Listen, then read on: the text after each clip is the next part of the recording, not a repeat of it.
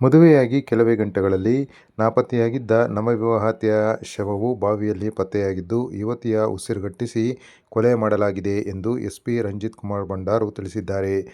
ಚಿತ್ರದುರ್ಗದಲ್ಲಿ ಸೋಮವಾರ ಮಾಧ್ಯಮಗಳೊಂದಿಗೆ ಮಾತನಾಡಿ, ಚಳ್ಳಕೆರೆ ತಾಲೂಕಿನ ಚಿಕ್ಕಉಳ್ಳಾರ್ತಿ ಗ್ರಾಮದ ನವವಿವಾಹಿತೆ ಸುಮಲತಾ ಕಳೆದ ಶುಕ್ರವಾರ ಗಜೇಂದ್ರ ಎಂಬುವನ ಜೊತೆಗೆ ಮದುವೆಯಾಗಿದ್ದು, ಎನ್. ಮಹದೇವಪುರ ಗ್ರಾಮದ ಗಂಡನ ಮನೆಯಿಂದ ಶುಕ್ರವಾರ ರಾತ್ರಿ ನೇಚರ್ ಕಾಲ್ಗೆ ಹೋಗಿ ಬರುವುದಾಗಿ ಹೇಳಿ ಹೋಗಿದ್ದ ಸುಮಲತಾ ನಾಪತ್ತೆಯಾಗಿದ್ದಳು.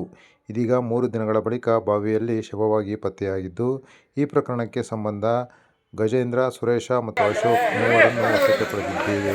ತನಿಖೆ ಮುಂದುವರಿದಿದೆ. ಕೊಲೆಗೆ ಕಾರಣವೇನು ಎಂದು ಪತ್ತೆ ಮಾಡುತ್ತಿದ್ದೇವೆಂದು ಎಸ್ಪಿ ರಂಜಿತ್ ಕುಮಾರ್ ಭಂಡಾರು ತಿಳಿಸಿದ್ದಾರೆ.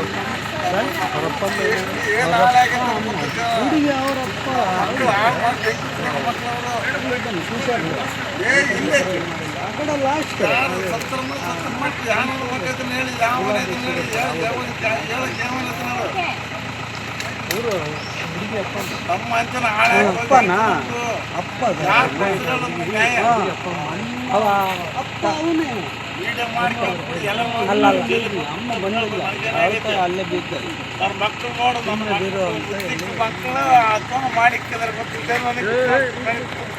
ಅಧ್ವಾನ ಮಾಡಿಕ್ಕಿದ್ರನ್ನ. ನಮಸ್ತೆ. ನಾಯಕನಹಟ್ಟಿ PS ಲಿಮಿಟ್ಸ್ನಲ್ಲಿ ಒಂದು ಮರ್ಡರ್ ಕೇಸ್ ದಾಖಲಾಗಿದೆ. ಡೀಟೇಲ್ಸ್ ನೋಡಿದ್ರೆ ಸುಮಲತಾ ಅನ್ನೋ ಒಬ್ಬ ಮಹಿಳೆ, ಇವರು 13ನೇ ತಾರೀಕು ಚಿಕ್ಕಉಳ್ಳಾರ್ತಿ ವಿಲೇಜ್ ಅವರ ಮನೆಯಿಂದ ಮಿಸ್ಸಿಂಗ್ ಆಗ್ತಾರೆ. ತದನಂತರ ತಂದೆಯವರು ಮಿಸ್ಸಿಂಗ್ ಕಂಪ್ಲೇಂಟ್ ಕೊಡ್ತಾರೆ ತಾಲೂಕು ಪೊಲೀಸಲ್ಲಿ. ಇವರು ನಿನ್ನೆ ಈವ್ನಿಂಗ್ ನಾಯಕನಹಟ್ಟಿ ಎನ್. ಮಹದೇವಪುರ ಒಂದು ಅಗ್ರಿಕಲ್ಚರ್ ವೆಲ್ನಲ್ಲಿ ಶವವಾಗಿ ಪತ್ತೆ ಆಗ್ತಾರೆ. ಸೊ ಈ ಹಿನ್ನೆಲೆಯಲ್ಲಿ ಅವರ ತಂದೆಯವರು ಒಂದು ಮರ್ಡರ್ ಕೇಸನ್ನು ದಾಖಲಿಸ್ತಾರೆ ನಾಯಕನಹಟ್ಟಿ PS-ನಲ್ಲಿ. ಸೊ ಇದರಲ್ಲಿ ನಾವು ಬಾಡಿಯನ್ನು ರಿಕವರ್ ಮಾಡಿ ಅದನ್ನು ಪೋಸ್ಟ್ಮಾರ್ಟಮ್ಗೆ ಕಳಿಸಿ ಎಲ್ಲ ಸಸ್ಪೆಕ್ಟ್ಸ್ನ ನಾವು ವೆರಿಫೈ ಮಾಡ್ತಾ ಇದ್ದೀವಿ. 3 ಜನರ ಮೇಲೆ ಅವರು ಆರೋಪ ಮಾಡ್ತಾ ಇದ್ದಾರೆ.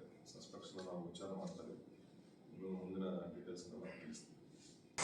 ಇದು ಮರ್ಡರ್. ನಮಗೆ ಪ್ರಿಲಿಮಿನರಿ ಪೋಸ್ಟ್ಮಾರ್ಟಮ್ ರಿಪೋರ್ಟ್ಸ್ ಪ್ರಕಾರ ಸೂಸೈಡಲ್ ಅಲ್ಲ, ಅದು ಮರ್ಡರ್ ಅಂತಲೇ ನಮಗೆ ಮಾಹಿತಿ ಬಂದಿದೆ.